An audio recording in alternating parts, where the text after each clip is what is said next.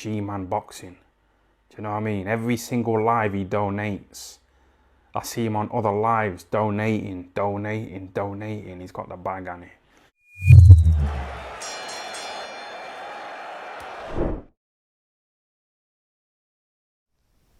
Alright people, midweek report time as always. Thank you once again to the Hit Company for being the sponsor of today's video.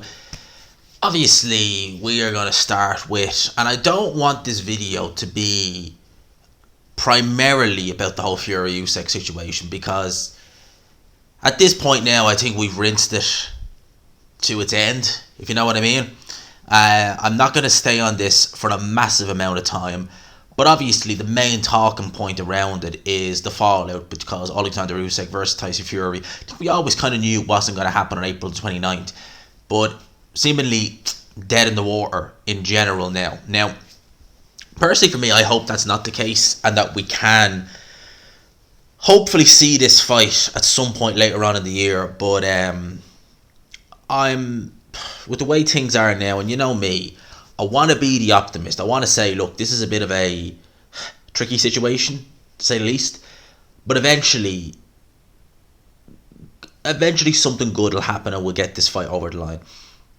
It's looking ever more unlikely now. So Daniel Dubois, who is Oleksandr Usyk's next mandatory, so we heard Hergovich being mentioned, but officially Dubois is the next mandatory. The WBA are going to call that mandatory, I believe, on April the 1st, which is this coming Saturday.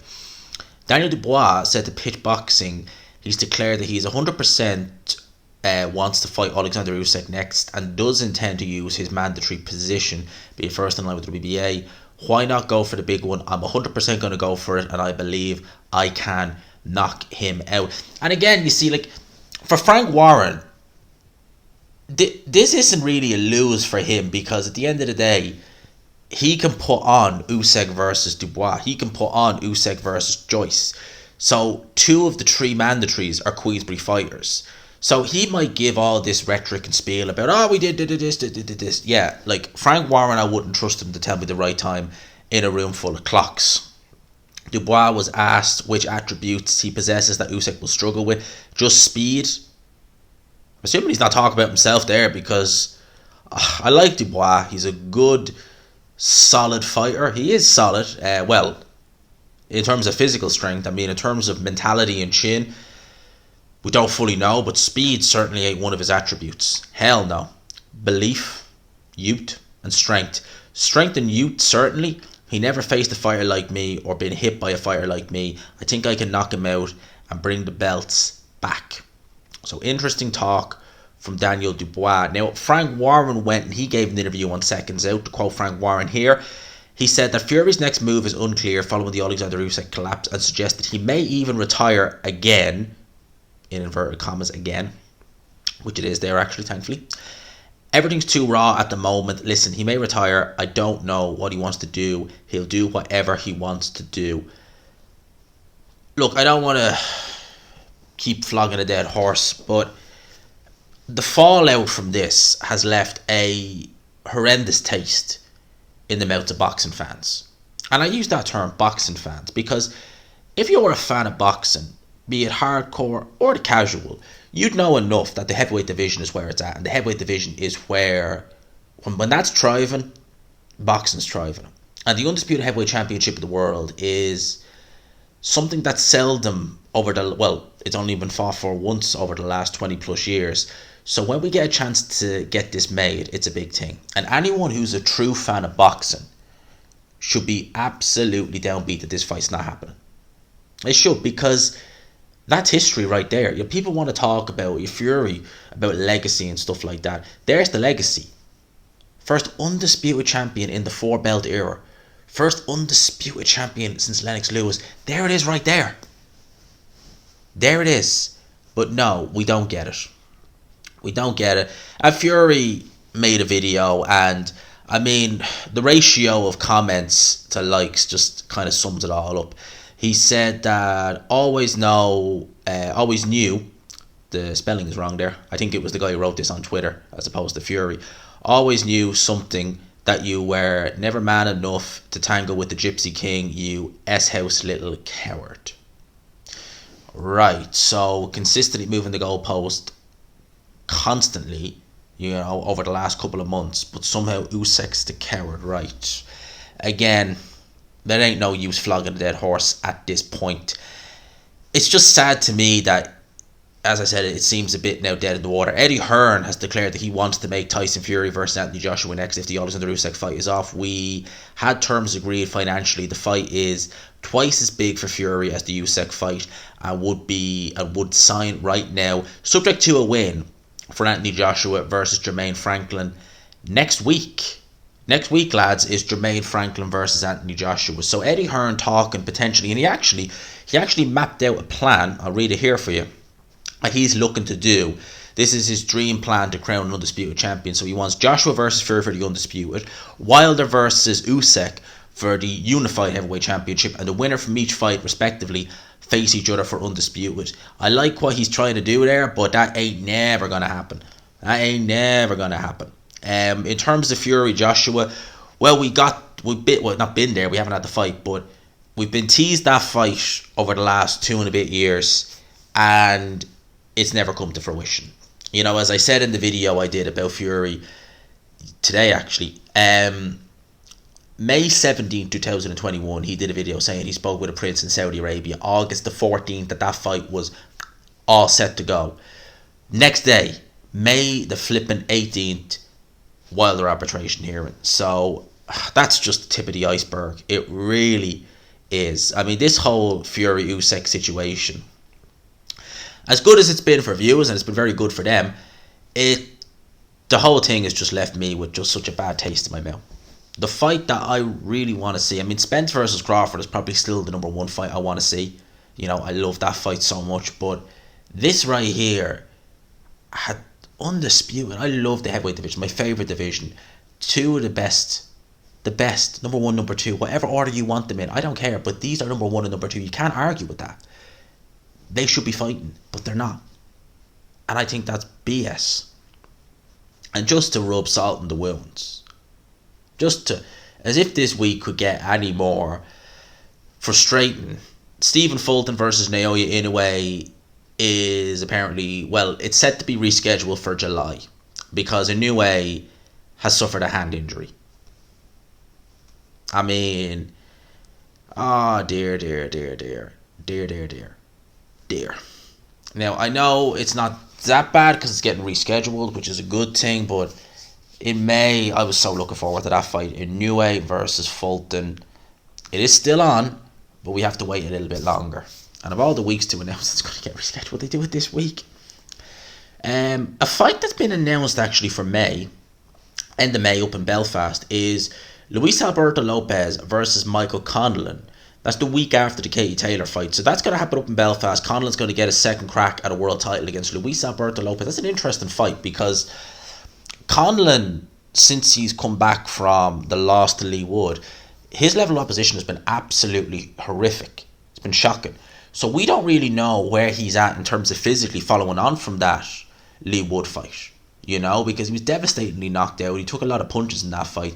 The level of opposition he's been fighting, as I said, has been horrendous. So you're not really going to see any holes in Conlan's game that might have come as a result of that fight showed himself. So going into this fight against Luis Alberto Lopez, and Luis Alberto Lopez, although he won, was it majority or was it split? I can't quite remember now. I think it might have been majority. I think it was, to Josh Warrington. Josh Warrington was able to get back into that fight late on. But go back and look at that fight. Luis Alberto Lopez early on was giving Josh Warrington the business, and Josh Warrington got very rough, got very dirty in there, and that was when he was able to come back into the fight. Not enough to win it, in my opinion, but enough to definitely get a couple of rounds. But if Josh Warrington had fought that fight fairly, it would have been a much wider points decision, in my opinion, for Luis Alberto Lopez, who is a decent fighter, Let's not sleep. Of course, Conlan is the better technical of the two. He's much more schooled, very much a seasoned amateur, turned over 6 years ago now. And when Conlan turned over, there was a lot of hype about him. I remember Matt Macklin was saying that he'll have a world title within 10 fights. Well, it's 6 years later. He's had however many fights, no world title. He talked about wanting to be a 3-weight world champion. This may be his best chance to win a world title. If he wins it, I credit to him, but people will be chopping at the bit to get at Mick Conlan, in my opinion, if he beats him. I'm not really sure who wins that fight, to be honest with you. I would probably edge Luis Alberto Lopez slightly. The fact that it's in Belfast, home field, but saying that, he went to Leeds and he got a decision over Josh Warrington, so you never know. Chris Billam-Smith will return at the Vitality Stadium in Bournemouth. The opponent is to be announced. Some of the rumours I was hearing was that it's going to be Gulamarian, which is a really good fight. Billam-Smith versus Gulamarian. Michael Lawal, I think I'm saying that right, will defend his British Cruiserweight title against Isaac Chamberlain. I like Isaac Chamberlain, he's a very good fighter. His fight against Smith last year was very good. That's going to be on the undercard. Interesting. And I like those Bournemouth shows. The atmosphere at those Bournemouth shows is brilliant. It's really electric at those shows. So we're looking forward to seeing that, definitely, and seeing who the opponent is. I seen they announced Joshua Buatsi's opponent, and it's Powell Stefan. Bear in mind, this is Joshua Buatsi's first fight on Sky Sports. It's going to be on May the 6th in Birmingham. May the 6th. Isn't that... Yeah, that's the same night as Canelo's fighting, isn't it? Obviously, that's UK time. That's the guy Callum Smith was meant to fight and headline the show that was headlined by... I can't remember now. Forgetful now about that. The Liverpool show, who I can't remember even who headlined that show now. But Callum Smith was meant to headline against this guy. He's the second best light heavyweight in Poland. You know, really moving up in the world. So I'm just looking through here my Twitter feed, and it's mainly just Fury Usyk, and I don't really want to be going all in on that. Oh yeah, now here we go. Lawrence Okolie. Now I saw Eddie Hearn give an interview with IFL TV, and he was stating that Lawrence Okolie is pretty much using his name for marketing purpose. He said to Coogan, Lawrence Okolie does an interview and he gets 2,000 views if he doesn't mention me. As soon as he mentions me and you put it in the title, 100,000 views. In a way, it's a good thing for Okolie to actually get eyes on this fight, if you think about it, because Okolie has never been the most charismatic character. And as I said on my live last night with Dale, shout out to him, when Sky tried to, especially very early in Lawrence Okolie's career in his first couple of fights, when Sky were trying to market him as kind of the, how would you even describe it? It was weird. He just didn't have the charisma, you know, to really to do what Sky were doing. It was just cheesy and corny, which is surprising why he's gone. Well, that's surprising, but like, I the way they were marketing him was just bizarre. But he obviously seen something, and obviously Sky platform, we know all about that. So Lawrence Okolie and Eddie Hearn said this. He's very malice, very bitter, very jealous as well. And for someone who's been brought up in such a great position and has done so much in terms of his own life, the way he acts on a personal level is very vindictive. Now, he asked about Tyson Fury, but I'll address this comment first. It is very, like, the way Eddie Hearn was a couple of years ago, you know, he was kind of like, just see you later. If you want to go, there's the door. If you want to stay, happy out. And now it's just, like, the Lawrence Okolie situation was an interesting one, because Lawrence Okolie definitely didn't make it easy on himself with the comments. And I think he's even stated himself, like, he shouldn't have said those comments back about this time last year.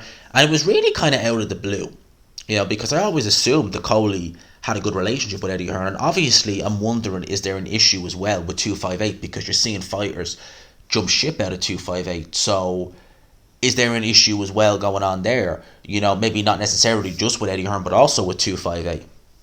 In terms of this Okolie situation, I did find it very strange the way Eddie Hearn said that, look, I'm losing money on Okolie. You know, all of his shows take a loss. And I can well believe that, truth be told. But my logic is, okay, well, like, if you're losing money on him, why are you so insistent he has this last fight? Because surely if you know, and more than likely this show against David Light is going to take a hit. More than likely. If you know that's going to take a hit, why are you so insistent on keeping him? That just, to me, just does not make sense. It's just like you're purposely just dragging your heels in just to make it hard for this fighter to leave. And obviously, it's seemingly all been resolved now. Lawrence Okolie is going to go to Sky Sports. He's going to probably stay there for God knows how long.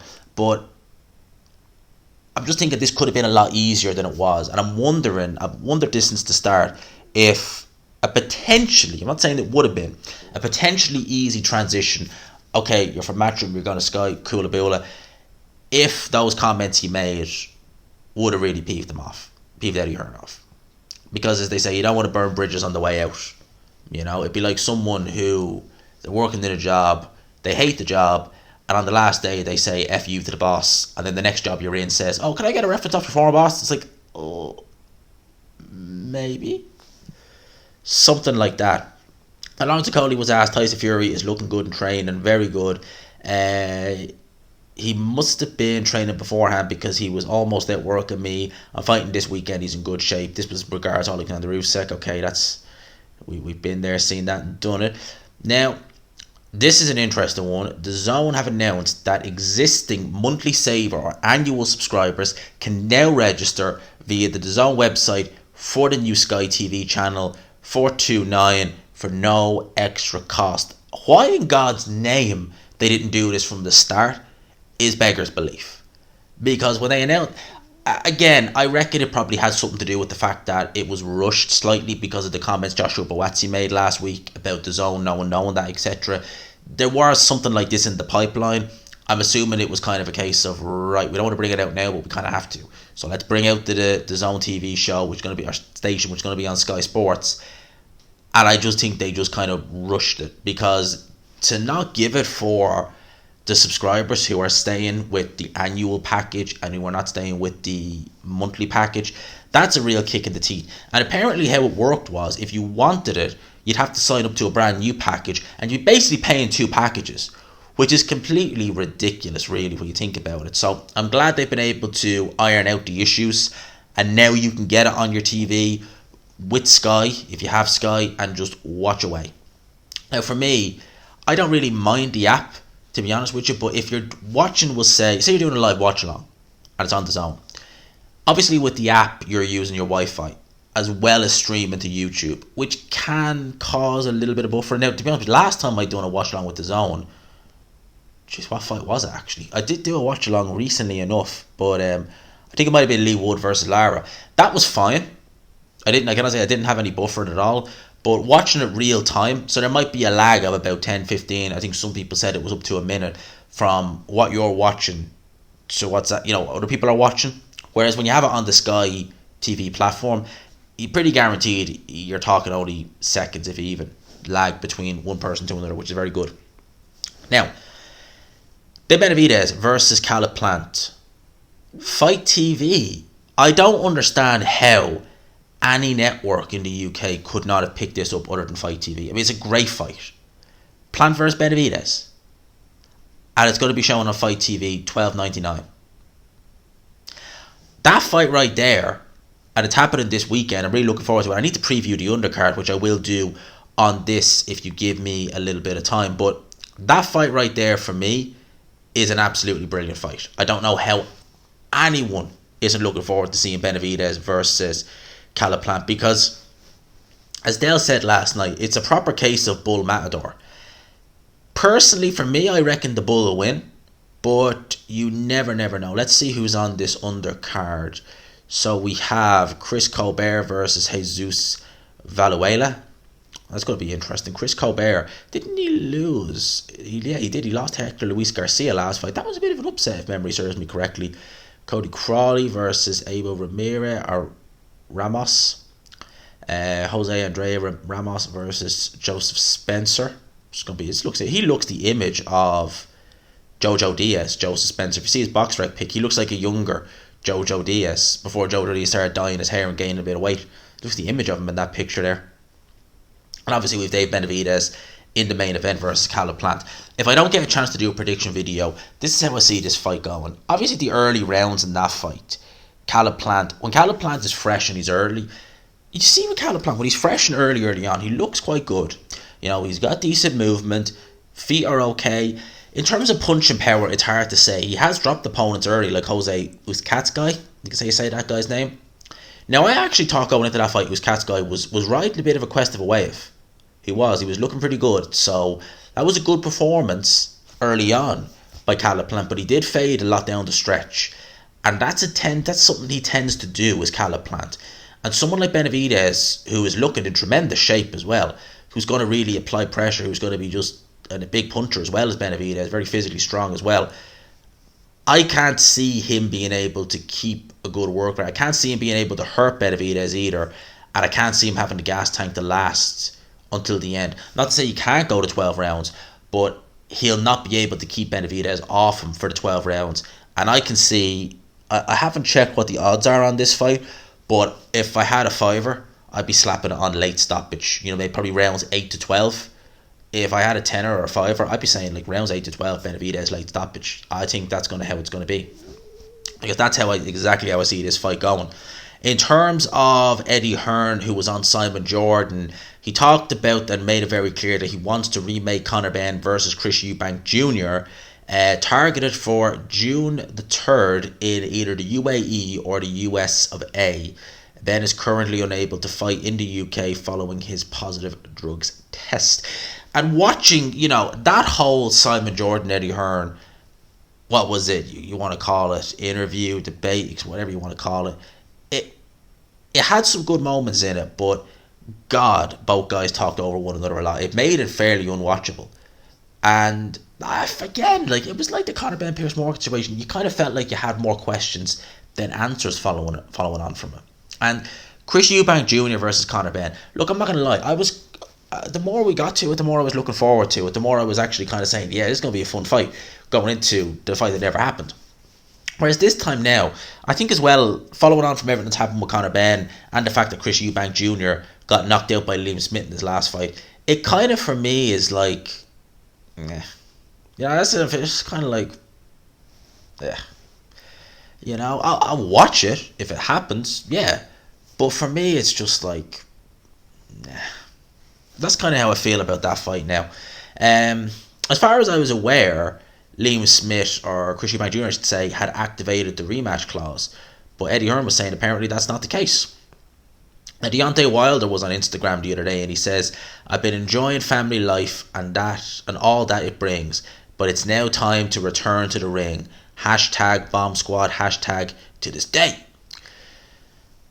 Right, so Deontay Wilder looking set to make a return to the ring against who?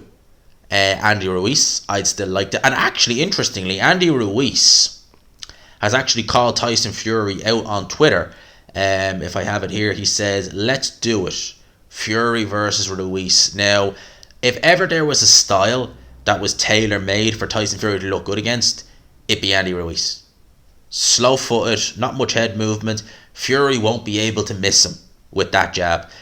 I wouldn't give Andy Ruiz much chance against Fury, truth be told. I think if ever there was a style, as I said, to make Fury look good against, it would be Andy Ruiz. Wilder teasing a return to the ring against who? That's against who? The undercard for Joshua's fight, Joshua versus Franklin, has been announced. So Cash versus Saganini, Amo Williams versus River Wilson Bent. This is an interesting one. Fabio Wadley versus Michael Polite Coffey. Now, Michael Coffey was being promoted. Well, he was fighting. Well, he was on Tom Brown, but he was on a lot of PBC shows. Then he took an L against Jonathan Rice. I think it was anyway, Jonathan Rice. And he lost to him again. And just seems like career is. I didn't realise Michael Coffey was 36 years old. He's not getting any younger. Campbell Hatton's fighting on that against Louis Field, and John Hedges against Daniel Bozansky. I've never rated John Hedges since he turned over. I thought he lost his pro debut. That's what we have to look forward to on the Joshua card. Okay. Teofimo Lopez has now confirmed that the planned date for his fight with Josh Taylor is June the 10th. Interesting. We also had the Katie Taylor versus Chantel Cameron press conference ahead of their fight May the 20th in Dublin. Can't wait for that. Dublin's fair city. Delighted we have a boxing show, a big boxing show. We have a show on in Dublin actually on April the 1st. I'm not going to that, no way, because it looks crap. But it's good that we have boxing kind of getting back to a good place in Ireland. You know, over the last 6-7 years, it's just been on its knees. Like in April, we have that. We have another show in Salt Hill and Galway. And then we have a show in Waterford actually as well. So 3 shows in April. Put it in context, 2019 we had 2 shows in the Republic all year. 3 in a month, that's unheard of. In 3 different counties. And the Salt Hill one is going to be nice because Galway's a lovely town. and that's going to be Conlon is promoting that. Jamie Conlon. It's going to be interesting. And then we obviously have a show with the Katie Taylor show, which is in May, and I'm pretty sure they're going to have more shows in the summer as well. You know, Conlon will be hopefully bringing in more shows. I think he's talking about going to Limerick as well. Good luck there. But at least we're getting shows back in Ireland again, which is good. You know, they're obviously never going to have shows on a base like the way the UK does, where it's you could just go any week there's a show on up and down the country. It's never going to be as good as that. We just don't have the fighters. We just don't have enough people to do that. But the fact that we're getting more regular shows out there, it's definitely helping. You know, if you see a lot of homegrown talent, for want of a better word, here, the inactivity kills them.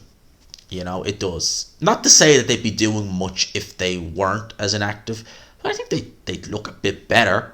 You know, they might look in a bit better shape as well, because a lot of guys in Ireland are fighting probably 2 divisions above their natural fighting weight. Seriously, that's how kind of the way it is over here. Because there's so few shows, a lot of them don't get out enough, and when they do get out, if they don't fight in Ireland, they fight in Hungary, where you may as well be fighting someone fresh picked out of the crowd.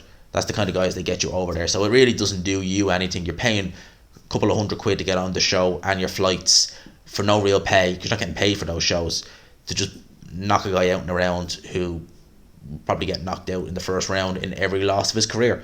So I never understood that kind of whole going over to Hungary to get those wins. That's what Prince Patel did. Didn't do him any good.